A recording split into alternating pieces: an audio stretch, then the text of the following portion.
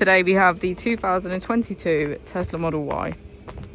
This vehicle has done just under 69,000 miles.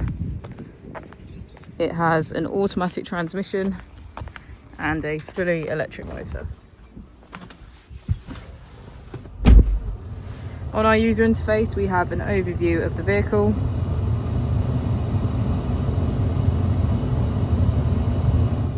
This allows us to open the bonnet, charging point and boot, all from within inside the car.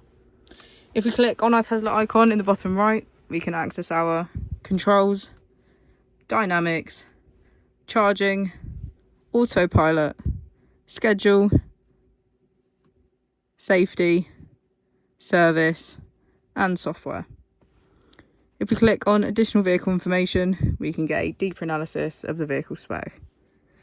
The Model Y comes with a 360 degrees camera, and with that you can access your dash cam.